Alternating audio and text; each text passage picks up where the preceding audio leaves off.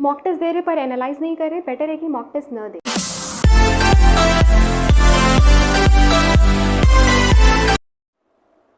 So hello everyone, it's me Ishita Tripathi, MBBS first year student, secured 663 marks in NEET। आज हम basically जिस topic पे बात करने वाले हैं वो है मॉक टेस्ट के बारे में, कि मॉक टेस्ट देना कितना ज़रूरी है नीट के लिए, हमें पर वीक में कितने मॉक टेस्ट देने चाहिए, हमें पर मंथ कितने मॉक टेस्ट देने चाहिए, हमें मॉक टेस्ट को कैसे एनालाइज करना चाहिए, मेरी पर्टिकुलर क्या टेंडेंसी रही है मॉक टेस्ट को लेकर के, मैं कैसे एनालाइज करती थी, मैं कैसे पर वीक कितने अपने मॉक टेस्ट वगैरह देती थी। तो बेसिकली आज हम सब कुछ मॉक टेस्ट के बारे में ही बात करेंगे। देखो, नीट के लिए मॉक टेस्ट बहुत बहुत बहुत ज़रूरी होता है कि तुम कैसे मॉक टेस्ट दे रहे हो, तुम्हारी क्या अप्रोच है मॉक टेस्ट के लिए, क्या तुम उसको एनालाइज कर रहे हो, और पर्टिकुलर जब हमारे मॉक टेस्ट में जो भी नंबर आते हैं वो हमें मोटिवेट कर रहा है डीम। देखो, मेरा मानना है कि मॉक टेस्ट ही सिर्फ एक ऐसा ज़रिया होता है जिससे हम अपने आप को एनालाइज कर सकते हैं कि क्या जो हम पढ़ रहे हैं वो सफिशिएंट है, क्या हम सही पाथ पे जा रहे हैं, क्या हमें और इम्प्रूव करने की ज़रूरत है। सब ये तुम्हारे क्वेश्चन का जवाब एक लौता तुम्हारा मॉक टेस्ट दे सकता है। तो नीट के लिए देखो, मॉक टेस्ट देना बहुत बहुत बहुत ज़्यादा ज़रूरी है। जब तक तुम अपने हाथ में OMR नहीं रखोगे, उसको फिल नहीं करोगे, OMR तुम भर रहे हो, तुम्हारी एक्यूरेसी क्या है, तुम्हारी स्पीड क्या है, ये सब कुछ तुम्हें मॉक टेस्ट तुम्हारे नीट के डेट के लिए 5 मई के लिए तैयार करेगा। ठीक है, तो बेसिकली आज हम जो भी बात करेंगे मॉक टेस्ट के बारे में ही हम बात करेंगे। देखो, सबसे पहला क्वेश्चन, क्या मॉक टेस्ट देना ज़रूरी है? क्या बिना मॉक टेस्ट दिए हम नीट क्वालिफाई कर सकते हैं? जवाब है नहीं। हम बिना मॉक टेस्ट दिए नीट नहीं क्वालिफाई कर सकते हैं। क्यों? क्योंकि मॉक टेस्ट दे करके ही हम एक्यूरेसी गेन करेंगे, स्पीड गेन करेंगे। उस 3.5 घंटे में हमारी क्या अप्रोच रहेगी वो सब कुछ एक लौता मॉक टेस्ट डिसाइड करेगा। तो ये तो बिल्कुल भी मत सोचो कि तुम आखिरी टाइम पे मॉक टेस्ट दे दोगे तो तुम्हारा सब कुछ हो जाएगा, तुम्हारी स्पीड भी उस समय गेन हो जाएगी, एक्यूरेसी भी गेन हो जाएगी। तो ये गलती मत करो, मॉक टेस्ट देना बहुत बहुत बहुत ज़्यादा ज़रूरी है। अब दूसरा क्वेश्चन आता है कि पर वीक हम कितने मॉक टेस्ट दें। देखो, मेरी क्या अप्रोच रही है, मैं पूरा 6 दिन पहले, जो भी मेरा मंडे से लेकर के सैटरडे तक, मैं जो भी मेरा ऑनगोइंग टॉपिक चलता था बायो में, फिज़िक्स में, केमिस्ट्री में, मैं वो अपना कवर करती थी। मैं एक दिन अपना डिसाइड की थी संडे कि मुझे मॉक टेस्ट देना है अपना, और संडे को मॉक टेस्ट दे करके आना है और फिर उसको एनालाइज करना है। ठीक है, तो मेरा इतना था, मैं पर वीक एक मॉक टेस्ट देती थी बट उसको एनालाइज करती थी। अब तीसरा क्वेश्चन हमारा ये है कि हम उसे एनालाइज कैसे करें। ठीक, देखो, एनालाइज करना, अगर तुम अभी मॉक टेस्ट दे रहे हो और उसे एनालाइज नहीं कर रहे हो तो मैं तुम्हें सजेस्ट करूँगी मत दो मॉक टेस्ट। क्यों? क्योंकि ऐसे मॉक टेस्ट देने का कोई मतलब नहीं बनता है जिससे तुम कोई भी नॉलेज न गेन कर रहे हो। बेटर है अगर तुम एनालाइज नहीं कर रहे हो तो मॉक टेस्ट वगैरह बेटर है। तो एनालाइज करना बहुत बहुत बहुत ज़्यादा ज़रूरी है। तुम भले पर वीक एक मॉक टेस्ट दो बट उसको एनालाइज करो घर आकर के। एनालाइज करने के लिए हमारी क्या अप्रोच होनी चाहिए? देखो, सबसे पहले हमारे मॉक टेस्ट में टोटल 200 क्वेश्चन होते हैं। ठीक है, उन 200 क्वेश्चन में तुम सबसे पहले तुम देखो तुम्हारे कौन कौन से क्वेश्चन गलत हुए हैं। ठीक है, फिर एक बनाओ mistake copy, particular chapter physics की अलग बनाओ, केमिस्ट्री की अलग बनाओ। एज सच बायो में मुझे लगता है कि मिस्टेक कॉपी की ज़रूरत नहीं होती है क्योंकि तुम NCERT में ही उसको मार्क कर लो। ठीक, फिर उसके बाद तुम क्या करो, जो भी तुम्हारा क्वेश्चन गलत निकला है उसको उस मिस्टेक कॉपी में लिखो। इर्रिस्पेक्टिव तुम्हें वो क्वेश्चन समझ में आ गया है कि तुम्हारी कहाँ पे क्या गलती हुई है, देन तुम उसको अपनी मिस्टेक कॉपी में लिखो। ठीक, और जब फिर रिवीजन करो उस चैप्टर का तो सबसे पहले उस मिस्टेक कॉपी को खोलो और देखो कि तुम्हारा इस चैप्टर से कौन कौन से क्वेश्चन तुम्हारे गलत हुए थे। ठीक है, तो ये होता है एनालाइज करने का तरीका। तुम्हारे जो जो क्वेश्चन गलत हो रहे हैं उसको आओ अपनी मिस्टेक कॉपी में लिखो, उसको मार्क करो कि तुम्हारे इस चैप्टर से ये क्वेश्चन गलत हुआ था।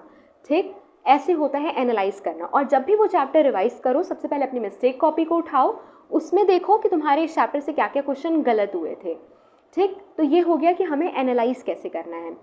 अब देखो, अब हम कुछ बच्चे क्या करते हैं कि अब मैं तुम्हें पहले अपनी जर्नी के बारे में बताती हूँ। पता है कि मतलब मेरे साथ ऐसा था कि मैं जब मॉक टेस्ट वगैरह देती थी, मेरे दिमाग में डाउट रहता था कि मैं मतलब मेरे नंबर कभी कभार क्या होते थे कि कभी मेरा 450 नंबर आ रहा है, कभी मेरा 650 नंबर आ रहा है। तो देखो मॉक टेस्ट ही एक कारण बनता है कि हम मोटिवेट हो रहे हैं या हम डीमोटिवेट हो रहे हैं। तो बेसिकली देखो मेरा मानना ये है कि अगर तुम्हारे मॉक टेस्ट में नंबर अच्छे नहीं आ रहे, सपोज तुम्हारे 650 नंबर आ रहा है, तुम्हारा 350 नंबर आ रहा है, तुम्हारा जो भी नंबर आ रहा है, ठीक है, उसको तुम एक पॉजिटिव वे में लो। ठीक है, देखो मैं जान रही हूँ कि ये आसान नहीं होता है कि तुम्हारी अगर 350 नंबर आ रहे हैं, तुम्हारे 450 नंबर आ रहा है, तुम उसको पॉजिटिव वे में लो, तो भी तुम उसी लगन से अपनी प्रिपरेशन वगैरह करो। मैं जानती हूँ वो डिफ़िकल्ट होता है, बट देन टू जो चीज़ें हमारे हाथ में है वो हम कर सकते हैं। अगर तुम्हारा अभी 350 नंबर आ रहा है, तुम्हारा 450 नंबर आ रहा है, तुम बस ये अपने दिमाग में बैठाओ कि अगर अभी तुम्हारा 350 नंबर इस टेस्ट में आया है, तुम्हें अगले टेस्ट में एटलीस्ट तुम्हें 355 नंबर लाना है। That's it. अगर तुम्हारा 350 आ रहा है, देखो बीइंग प्रैक्टिकल लॉजिकल, तुम ये मत सोचो कि तुम्हारा अगर अभी 350 आ रहा है तो तुम्हारे दूसरे टेस्ट में तुम 650 ला के दिखाओगे। देखो अगर वो नहीं ला पाओगे ना, तब तुम ज़्यादा डिमोटिवेट होगे कि मेरे पहले में भी बेकार आया, मेरा अभी भी बेकार आया। बेटर है लॉजिकल प्रैक्टिकल हो करके अपना गोल सेट करो कि अगर मेरा आज 350 नंबर आया है, मैं नेक्स्ट टेस्ट में 355 नंबर लाऊंगा। ठीक, ये अप्रोच रखो, इससे तुम डीमोटिवेट नहीं होगे, तुम थोड़ी और अच्छे तरीके से मेहनत करोगे कि नहीं अब तुम्हारा 350 आया, तुम्हें 355 नंबर लाना है। ठीक है, ये अप्रोच रखो अपनी। देखो नंबर चाहे जो भी आए, मैं भी पता है पहले शुरुआत में बहुत ज़्यादा डीमोटिवेट हो जाती थी कि मेरा क्या नंबर आ रहा है। कभी कभार अगर मेरा 450 नंबर 550 नंबर आ रहा है तो मुझे लगता था कि मैं गलत तो नहीं कर रही हूँ, मेरी प्रिपरेशन सही जा रही है नहीं जा रही है, मेरे ऊपर बहुत सवाल आते थे। बट मैं धीरे धीरे इस बात को समझी कि देखो नंबर जो भी आ रहा है एट द एंड जो भी मेरा नंबर मैटर करने वाला है वो 5 मई का नंबर मैटर करने वाला है। तो बेटर है कि हम भले ही 350 से स्टार्ट करें, हम 450 से स्टार्ट करें, हमें उसको धीरे धीरे धीरे धीरे नंबर अपना मेंटेन करना है, अपना नंबर इंक्रीज़ करना है। इर्रेस्पेक्टिव हमें डिमोटिवेट नहीं होना है, जो भी नंबर आ रहा है हमें उसमें खुश रहना है, हमें अपने नंबर को इम्प्रूव करना है। ठीक है, अब मैं तुम्हें पता है अपने नीट के प्रिपरेशन के दौरान की एक जर्नी बताती हूँ। मैं एक ऐसे चैप्टर की बात कर रही हूँ जो चैप्टर मुझे लगता था मेरा बहुत अच्छे से तैयार है। कोई भी चैप्टर कि मेरा ये चैप्टर बहुत अच्छे से तैयार है, अब मेरा इसमें तो आराम से 700-710 नंबर आ जाएगा। क्यों? क्योंकि मैं नोट्स लगा रही हूँ, मैं मॉड्यूल लगा रही हूँ, मैं PYQ लगा रही हूँ, तो मुझे ऐसा लगता था कि विच इज़ सफिशिएंट है, चलो अब मेरा नंबर आना ही आना है। अच्छा, लेकिन फिर मुझे हमेशा से कभी मुझे मतलब बुरा लगने लगता था जब मेरा नंबर 700 नहीं आता था, 710 नहीं आता था, कि मेरी इतनी तैयारी करने के बाद भी ऐसी कोई चीज़ नहीं है जो मैं छोड़ी हूँ कि मैं सब कुछ कर रही हूँ, मैं नोट्स कर रही हूँ, मैं मॉड्यूल कर रही हूँ, देन टू मेरा 680 690 आ रहा है, मेरा 700-710 नंबर क्यों नहीं आ रहा है। मैं ऐसे एक दिन परेशान होकर के अपने सर के पास गई, मैं उनसे बोली सर मैं इतनी तैयारी कर रही हूँ, देन टू मेरा 700-710 में नंबर क्यों नहीं आ रहा है। तो पता है उन्होंने मुझसे बस एक बात बोली, बेटा अगर तुम्हारा 700-710 नंबर नहीं आ रहा है, तुम इसको एक पॉजिटिव वे में लो कि एटलीस्ट अगर तुम 3.5 घंटा पेपर देने बैठी हो तो तुम्हें कुछ नया जानने को मिला है, तुम्हें उस चैप्टर से नया जानने को मिला है जिस चैप्टर में तुम बहुत कॉन्फिडेंट थी कि अब इसके अलावा ऐसा मतलब कोई क्वेश्चन नहीं होगा कि जो मुझे नहीं आ सकता है। तो उन्होंने मुझसे बस यही बोला कि एटलीस्ट तुम खुश हो इस चीज़ को लेकर के कि तुम्हें कुछ चीज़ें 3.5 घंटे में नई जानने को मिली है, जो क्या पता आगे चल करके तुम्हारे नीट में वो कॉन्सेप्ट तुम्हारा काम आ जाए। तब उस दिन के बाद से पता है मैंने कभी इस चीज़ पे प्रेशराइज़ नहीं किया कि मेरा 700-710 नंबर क्यों नहीं आ रहा है। मेरा जो भी नंबर आता था मैं उसमें खुश रहती थी। मेरा 650 आ रहा है, मेरा 600 आ रहा है, मेरा 550 आ रहा है, मुझे इस बात की खुशी थी ठीक है इस पेपर से मुझे कुछ तो नया जानने को मिला, मेरी नॉलेज में कुछ तो ऐड ऑन हुआ ना, मैं उसको एनालाइज करके उस टॉपिक के बारे में जानी तो ना। बस उसके बाद से फिर मेरे दिमाग में ऐसा कभी भी नहीं रहा कि मेरा नंबर क्यों नहीं आ रहा है, मेरा 700 क्यों नहीं आ रहा है, मेरा 650 क्यों नहीं आ रहा है, मेरा 500 क्यों नहीं है, मेरा 550 क्यों नहीं है। मेरे ये सब क्वेश्चन इसमें फुल स्टॉप लग गया था कि मैं ओके थी, चलो ठीक है मुझे नई चीज़ें जानने को मिल रही है, दैट्स इट, इससे ज़्यादा मुझे कुछ नहीं चाहिए एट लास्ट। क्योंकि मेरा 5 मई का पेपर मैटर करने वाला है, ये बीच में जो 7 महीने में मैं पेपर देने वाली हूँ वो मैटर नहीं करने वाला है। मुझे डीमोटिवेट होकर के अपना एक दिन बर्बाद नहीं करना है। मैं इतनी सिली चीज़ नहीं कर सकती कि इस पेपर को लेकर के मैं अपना एक दिन बर्बाद कर दूं और इसी एक दिन में कोई बच्चा पढ़ करके मुझसे 10 कदम आगे चला जाएगा। ये मुझे गलती बिल्कुल भी नहीं करनी, और मैंने शुरुआत में ये गलती की है और मेरा लॉस हुआ है, तो मैं यही चाहूँगी कि ये गलती आप न करो। जो मैंने किया है, मैं कि पेपर दे करके आ रही हूँ, अगर मेरा एक्सपेक्टेड नंबर नहीं आ रहा है, मैं डीमोटिवेट हो रही हूँ, मैं एक दिन अपना ख़राब कर रही हूँ, और उसी एक दिन में मेरा कॉम्पिटिटर मुझसे 10 स्टेप आगे चला जा रहा है उस पेपर की वजह से, जिसका नंबर मेरे लिए मैटर भी नहीं करता है। तो बस तुम लोग ये गलती मत करो। अभी भी तुम्हारे पास देखो नीट 2025 के लिए तुम्हारे पास 7 महीना भी है। तो बस मेरा इतना कहना है, नंबर जो भी आ रहा है उसको पॉजिटिव वे में लो। नंबर कम आ रहा है, इतना रखो कि तुम्हारे अगले टेस्ट में जो नंबर अभी आ रहा है उससे 5 नंबर तुम ज़्यादा लाओगे। That's it. बहुत ज़्यादा अपने आप को प्रेशराइज मत करो, डिमोटिवेट मत करो।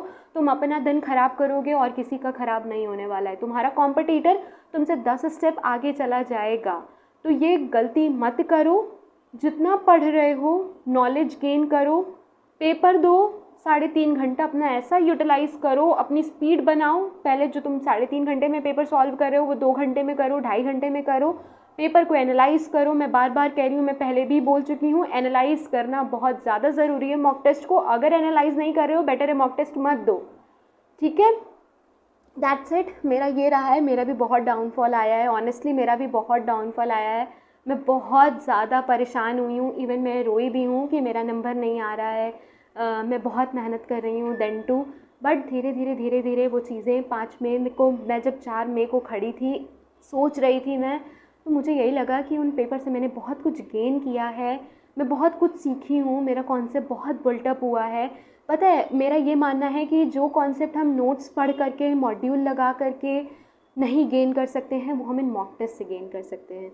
इसीलिए मैं कहती हूँ कि मॉक टेस्ट देना बहुत बहुत बहुत ज़्यादा ज़रूरी है। प्लीज़ इसको डीमोटिवेशन में मत लो, अपना दिन ख़राब मत करो, आराम से करो। 7 महीना है, मोर देन सफिशिएंट होता है अपने आप को इम्प्रूव करने के लिए, ठीक है। इम्पॉर्टेंट ये है कि तुम हर मॉक टेस्ट से अपने आप को कितना इम्प्रूव कर रहे हो।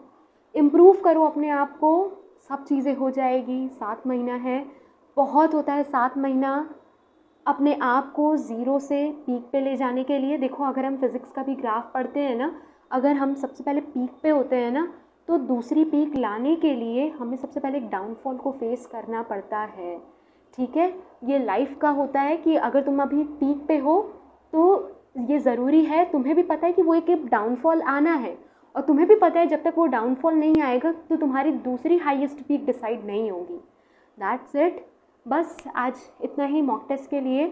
मिस्टेक कॉपी के लिए मैं एक अलग से, ठीक है, वीडियो बनाऊंगी। मैं अपनी मिस्टेक कॉपी आप लोग को दिखाऊंगी कि मेरी मिस्टेक कॉपी कैसी रही है, मैं कैसे पार्टीशन करके बनाती थी, ठीक है। That's it. मॉक टेस्ट दो, इम्प्रूव करो, फाइट करो, फाइटर की टेंडेंसी रखो। देखना मई तक आते आते तुम्हारे अंदर जो कॉन्फिडेंस बिल्डअप होने वाला है ना, कि मैं अपनी पिछली वीडियो में भी यही बोली थी कि ऐसा पढ़ो कि जब तुम क्वेश्चन सॉल्व कर रहे हो ना, तो तुम्हारे मन में बस एक ही बात हो, ले आओ कोई भी क्वेश्चन, देखता हूँ मुझसे कैसे सॉल्व नहीं होता है। बस जिस दिन तुम्हारे अंदर ये डेवलप हो गया कि ले आओ कोई भी क्वेश्चन, देखता हूँ कैसे नहीं सॉल्व होना है, समझ लेना तुम्हारा सिलेक्शन हो गया है। That's it. पॉजिटिव होकर के पढ़ो, सब कुछ हो जाएगा। तुम्हें मुझसे जो भी हेल्प चाहिए मैं करूँगी हेल्प। मैंने फिज़िक्स को लेकर के, केमिस्ट्री को लेकर के हमारी क्या अप्रोच होना चाहिए, मैंने सब कुछ अपने यूट्यूब चैनल पे अपलोड किया है। अगर नहीं देखा है तो जा कर के देखो। कोई भी और दिक्कत हो मुझे तुम कमेंट कर सकते हो, मैं उसको एड्रेस कर दूँगी अपने वीडियो में। That's it for today. Hope you like this video. If you like then please share, subscribe. Thank you so much.